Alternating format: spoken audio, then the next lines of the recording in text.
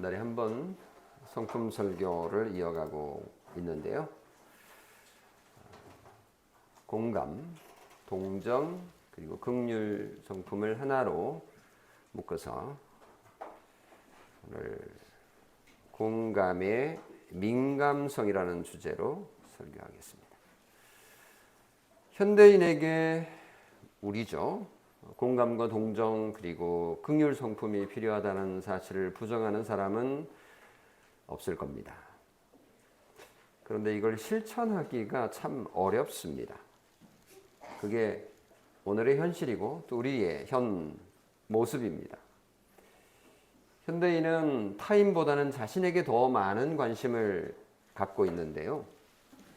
과거를 생각해 보면 타인에 대한 부담감으로 자신에게 무관심한 경우가 많았어요.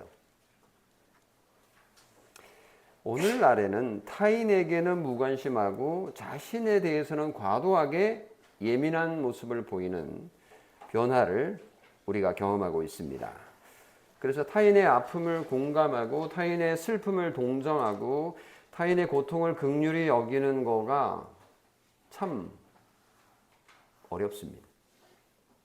오늘 우리는 공감을 잘하기 위해서 필요한 민감성에 대해서 살펴보려고 합니다. 민감하다라는 것은 좋은 의미로 쓰일 수도 있고 또 나쁜 의미로도 사용될 수 있습니다만은 여기서 말하는 민감성이라는 것은 당연히 좋은 의미를 의미합니다. 외부에서 들어오는 자극이나 또는 내부에서 솟아오르는 감정에 대해서 빠르고 깊게 반응하는 성향, 이게 민감성이라고 볼 수 있는데요. 민감성 오늘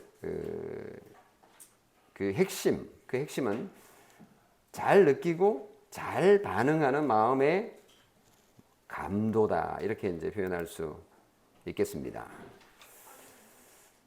공감이라는 건 단순히 감정의 문제만은 아니잖아요.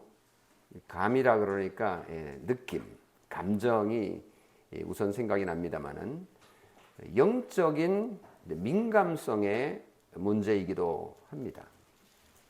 마음이 무뎌지고 양심이 메말라 있으면 다른 사람의 고통이 보여도 공감하기가 어려운 거죠.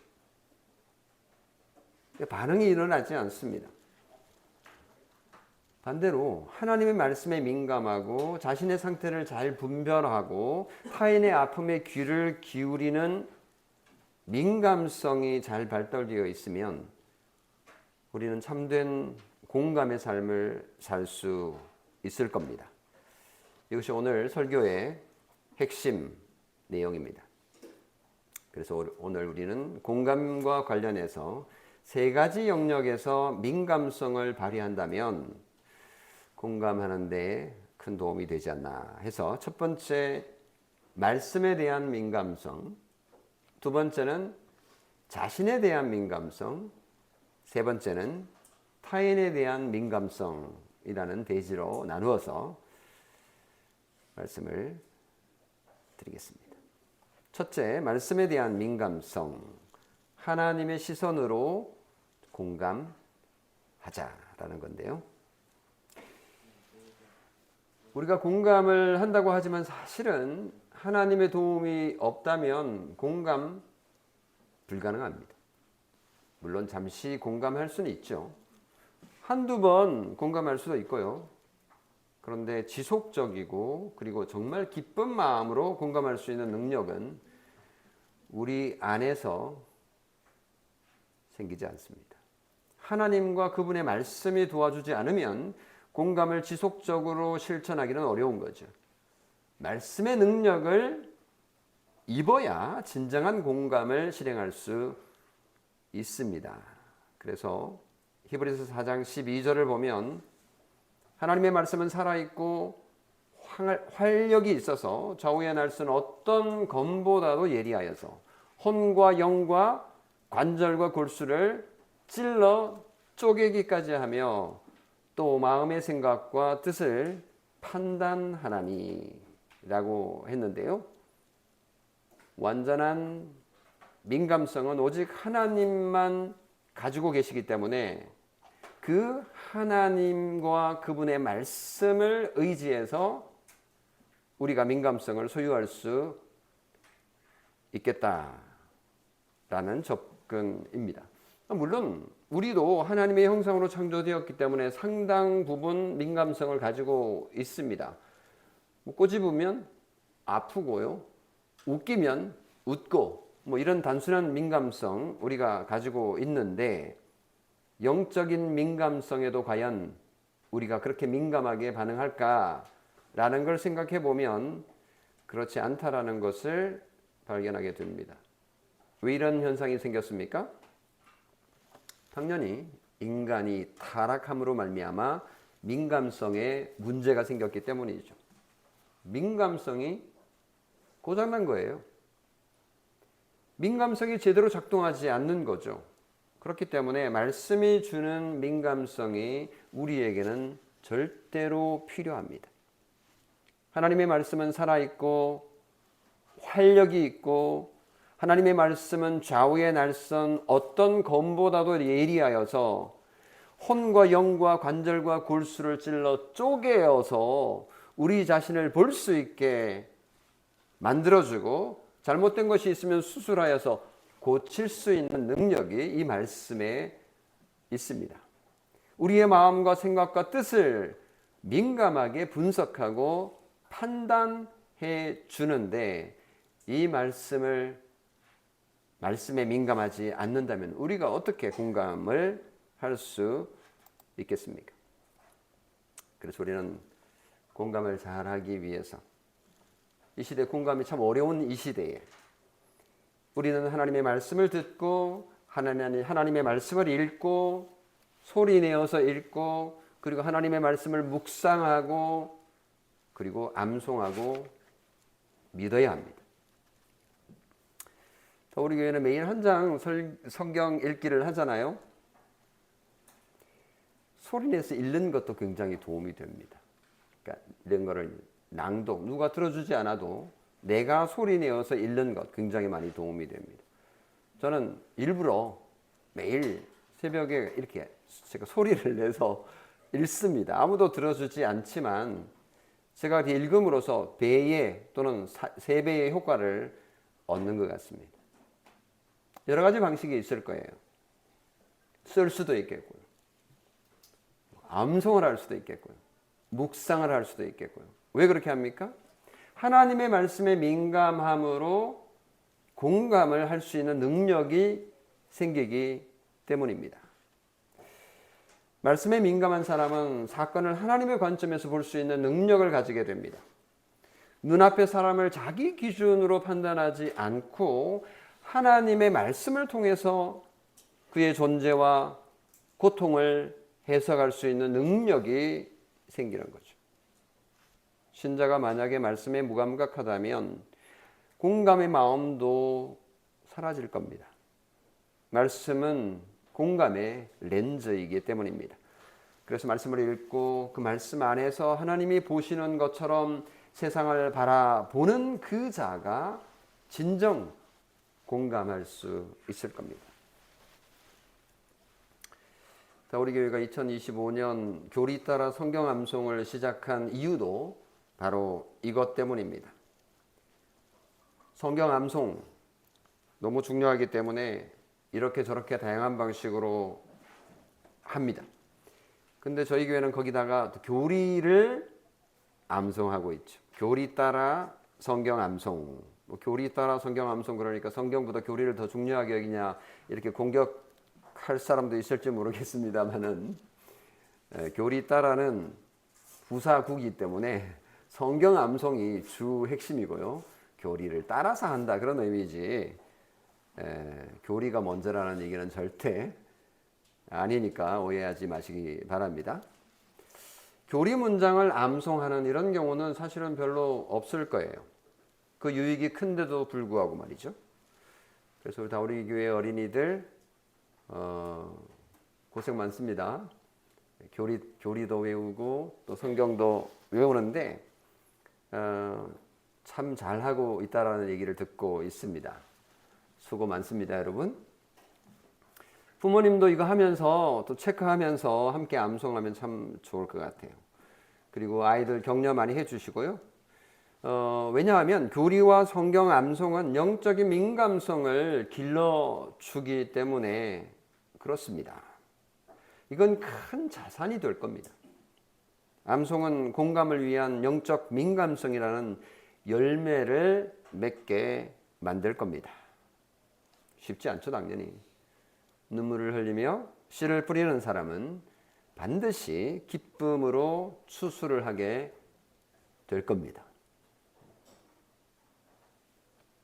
두 번째, 자신에 대한 민감성, 자기 자신의 상태를 분별합시다. 하나님의 말씀을 제대로 읽으면 어떤 반응이 먼저 일어나게 되겠습니까? 내 친구도 이 성경을 읽어야 되겠는데? 이런 생각이 먼저 드세요? 귀한 마음이긴 한데, 먼저 자신의 처지와 됨됨이가 어떤지를 발견하게 될 겁니다. 말씀의 잣대로 자신을 민감하게 살피게 되는 거죠. 그게 우선입니다. 그게 먼저인 거죠. 그건 논리적으로 따지지 않아도 자연스러운 것입니다. 바울은 고린도 교회 성도들에게 고린도 후서 13장 5절에 이렇게 말한 것으로 유명합니다. 기억나실 거예요. 너희가 믿음에 있는가? 너희 자신을 시험하고 너희 자신을 확증하라. 의심하라는 얘기인가?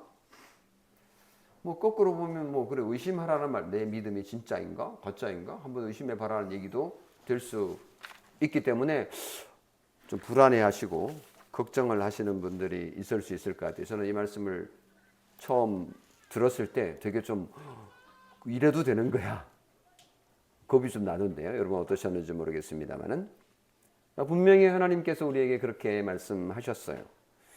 의심하라는 그런 얘기는 확실한 걸 의심하라는 뜻이 아니라 확실하지 않은 그걸 확신하는 그를 의심하라는 얘기죠. 당연히 자신에 대해서 민감해야 합니다.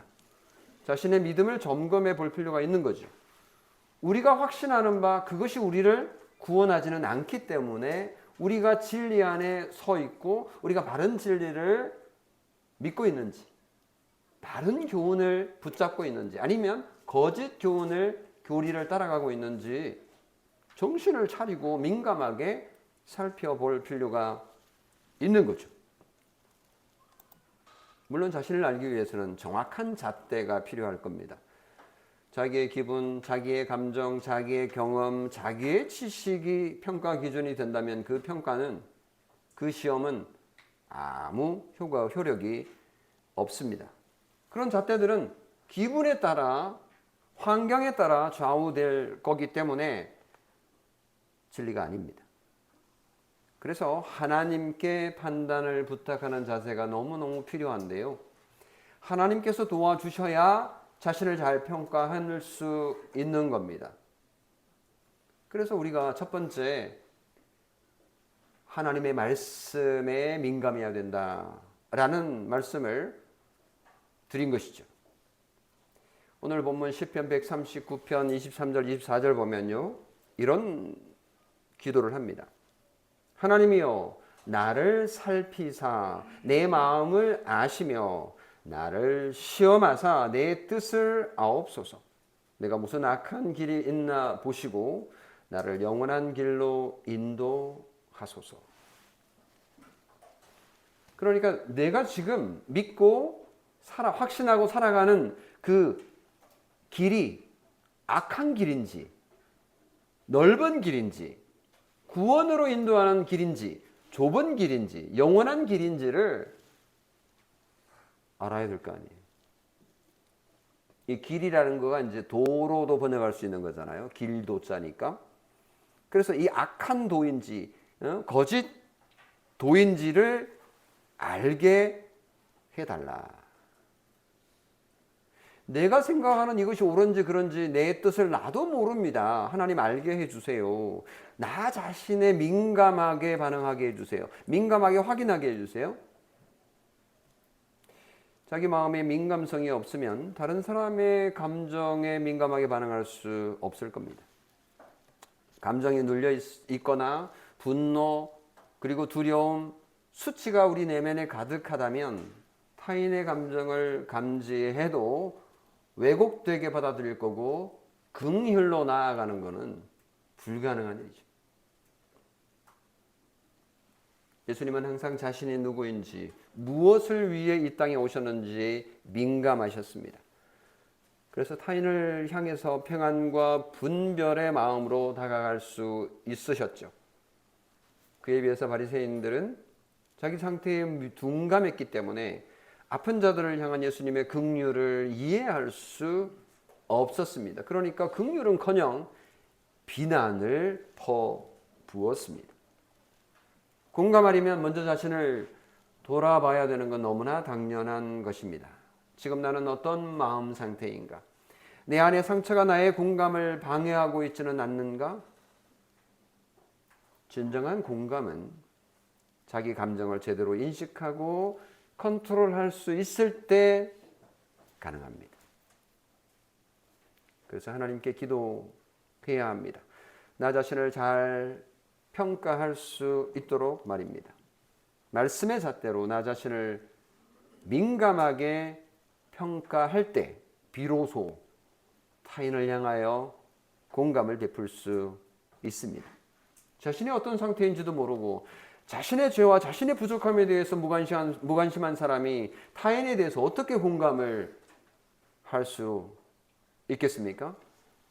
불가능합니다.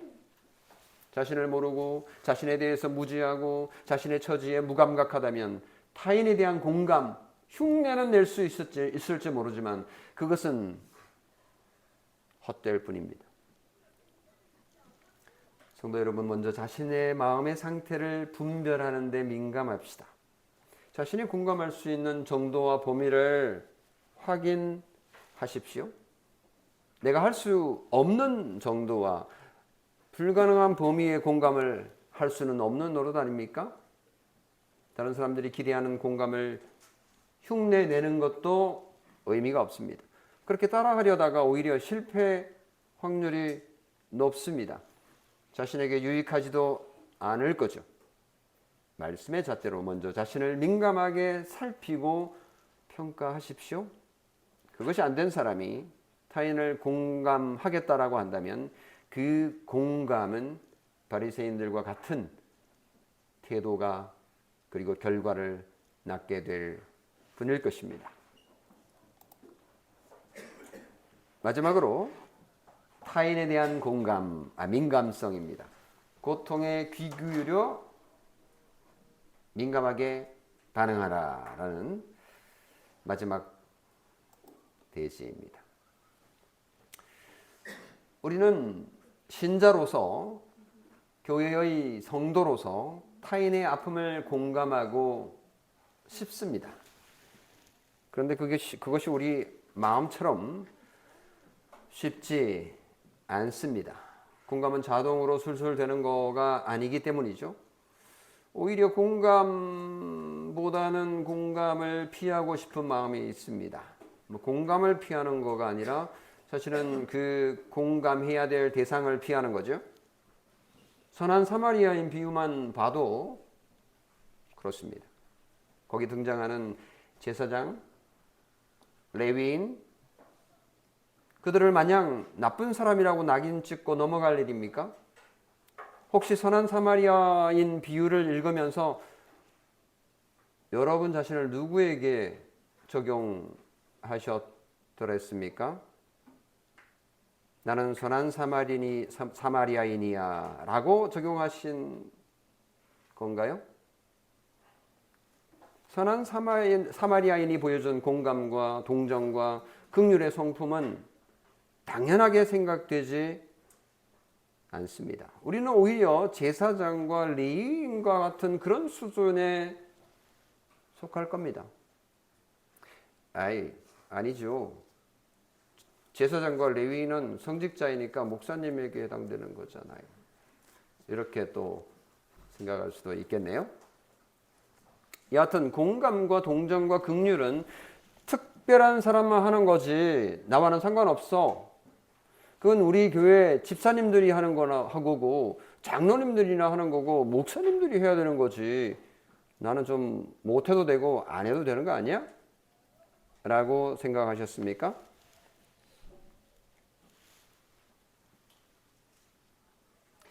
제사장과 레위인이 공감을 보이지 않고 사마리아인은 공감을 보였던 점의 차이는 어디에서 시작된 걸까요? 성경에는 나와 있지 않지만 생각해 보면 공감에 대한 민감성의 차이가 그 차이를 만들어낸 것이 아닐까 생각해 보는 거예요. 누가복음 10장 33절에 보면 어떤 사마리아 사람은 여행하는 중 거기 이르러 그를 보고 불쌍히 여겨 라는 말을 하는데요. 사마리아인은 제사장과 레위인과 달리 불쌍히 여기는 민감성을 가지고 있어요.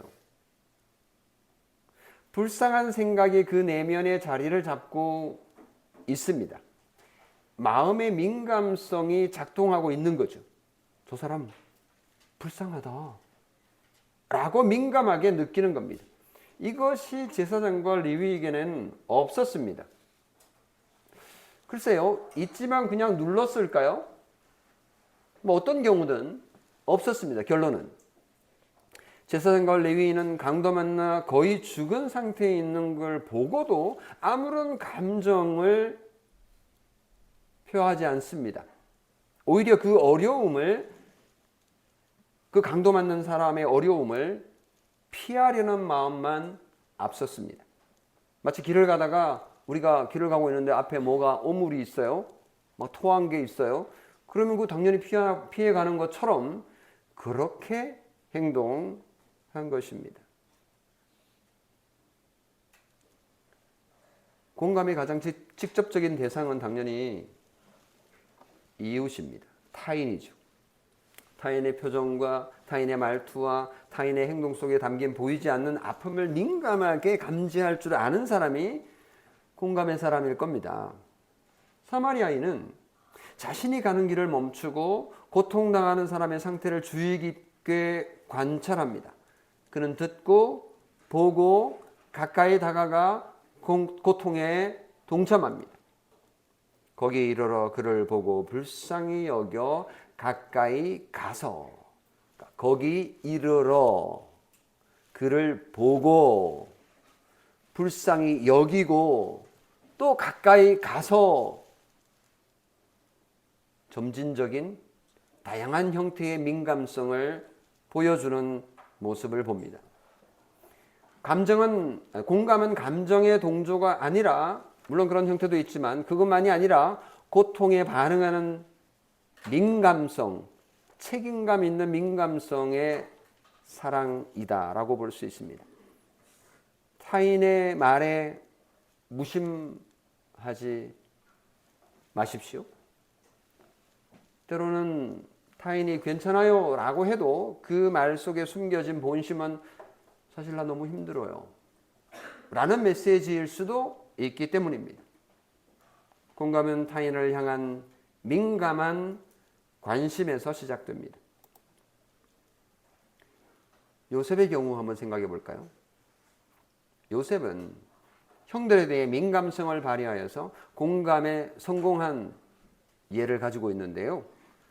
창세기 45장 4절 5절 한번 읽어보면 요셉이 형들에게 이르되 내게로 가까이 오라. 하나님이 생명을 구원하시려고 나를 당신들보다 먼저 보내셨나이다. 이런 말을 합니다. 요셉은 민감하게 형들의 죄책감과 두려움과 후회를 관찰하는 것을 놓치지 않습니다. 요셉의 이 말이 그냥 나온 게 아니라고요. 상당히 많은 여러 과정을 거치면서 형들의 마음과 태도를 민감하게 살핍니다. 이렇게까지 해야 되나? 이야기가 계속 길어지잖아요. 빨리 끝날 이야기를. 저 같으면 처음 만났을 때 그냥 다 얘기했을 텐데. 엄청 오래 걸리잖아요. 요셉은 형들을 민감하게 살피려고 합니다. 요셉 자신이 형들이 팔아넘긴 그 동생이라는 사실을 숨깁니다. 얼마나 힘들었을까요? 이거 숨기는 거. 다행히 형들이 몰랐어요. 못 알아봤어요. 세월이 많이 지났으니까. 그리고 형들의 마음을 민감하게 살피기 위해서 여러 시험의 과정을 거치는데, 우리 잘 아는 거지만 간단하게 한번 설명해 볼게요. 가나안 땅에 기근이 들었습니다. 아니 사실은 그 주변 땅들이 많이 기근이 들었어요. 이집트만 빼고. 기근으로 먹거리가 다 떨어진 야곱이 아들들을 이집트로 보내 곡식을 구해 오도록 합니다. 형들이 이집트의 총리가 된 요셉 앞에 엎드려 절을 합니다. 꿈이 이루어진 거죠. 20년 전 그들이 팔아넘겼던 바로 그 요셉이 거기 서 있는 겁니다. 자신을 죽이려고 하다가 팔아넘긴 악한 형들, 원수를 갚든지 어떻게 하든지 그 자리에 뭔가 일어날 것 같지만, 이 만남은 이미 하나님의 손에 붙들려 있다라는 것을 요셉은 인지하고 있었을 겁니다. 요셉은 자신이 누구인지 밝히지 않습니다. 그는 형들의 얼굴을 보면서 마음속으로 이렇게 물었을 것 같습니다. 형들이 달라졌을까? 형들은 후회하고 있을까? 형들은 나에게 행한 그 악에 대해서 용서를 구하고 있을까? 요셉은 형들을 민감하게 시험하기로 결정합니다. 그것은 단순한 복수가 아니죠. 형들을 민감하게 살피기 위한 단계입니다. 자신을 불행으로 몰아넣은 악을 행한 형들을 회복시키기 위한 시험입니다. 사실은 형들을 긍휼히 여기는 행동이죠. 사랑으로 가는 진실의 여정이기도 합니다. 먼저 그는 형들을 간첩이라고 몰아세웁니다. 창세기 42장에. 형들은 당황하여 아니라고 항변하지만 요셉은 형제 중 하나인 시몬을 그냥 강제로 붙잡아 놓습니다. 만약 막내를 데려오지 않으면 너희 말을 내가 믿을 수가 없다. 그 말을 증명해라.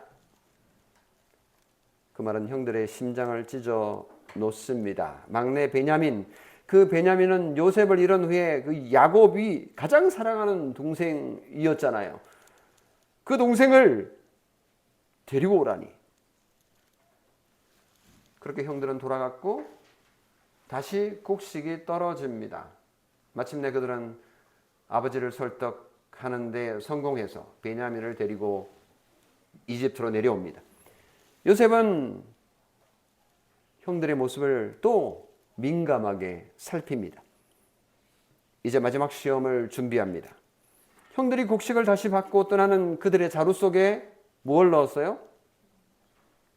요셉 자신의 은잔을 베냐민의 자루에 몰래 집어 넣습니다. 그리고 곧바로 사람을 보내가지고 도둑으로 그들을 몰아 붙잡습니다. 누가 왕의 잔을 훔쳤느냐? 요셉 앞에 다시 끌려온 그 형들, 이제 그들은 선택의 기로에 섭니다. 그때 유다가 나섭니다. 이 아이를 우리 아버지가 얼마나 사랑하는지 당신은 모를 겁니다.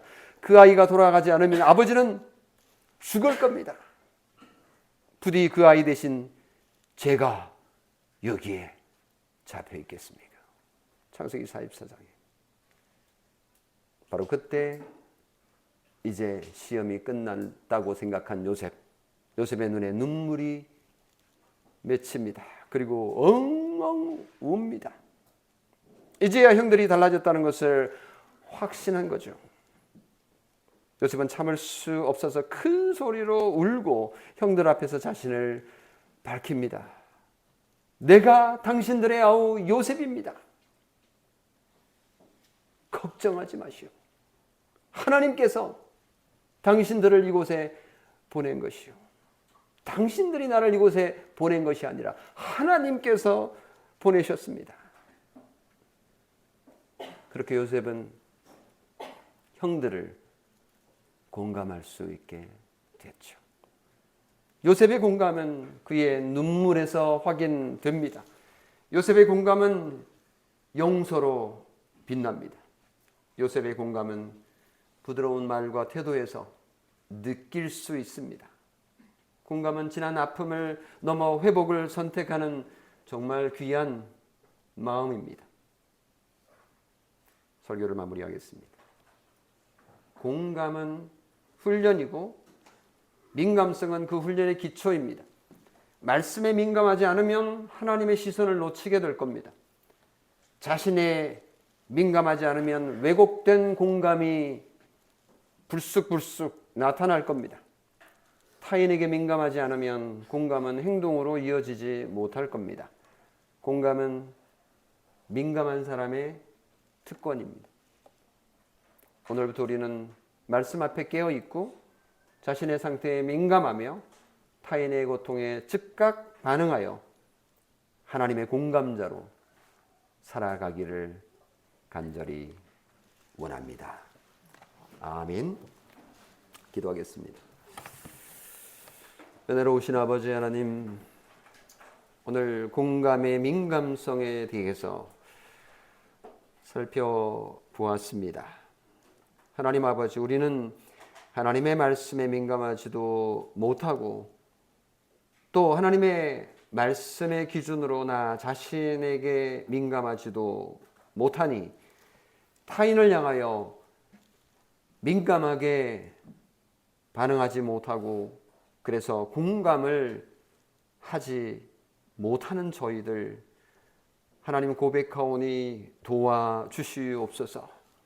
하나님께서 우리를 공감하신 것처럼 우리도 공감할 수 있는 능력을 민감성으로 되찾게 하나님 도와주시옵소서. 하나님의 말씀에 민감하고 그 말씀으로 우리 자신을 민감하게 살피고 타인을 향하여서 민감하게 반응하는 저희들, 그래서 아름다운 공동체 주님의 몸 다우리 교회를 이루어갈 수 있도록 하나님 은혜를 베풀어 주옵소서. 이런 아름다운 우리의 관계가 또 우리 주변으로 흘러 넘쳐가 당신이 믿는 그 하나님의 소망에 대해서 물어오는 역사가 우리 가운데 일어나도록 은혜를 베풀어 주시옵소서. 우리 주 예수 그리스도의 이름으로 기도합니다. 아멘.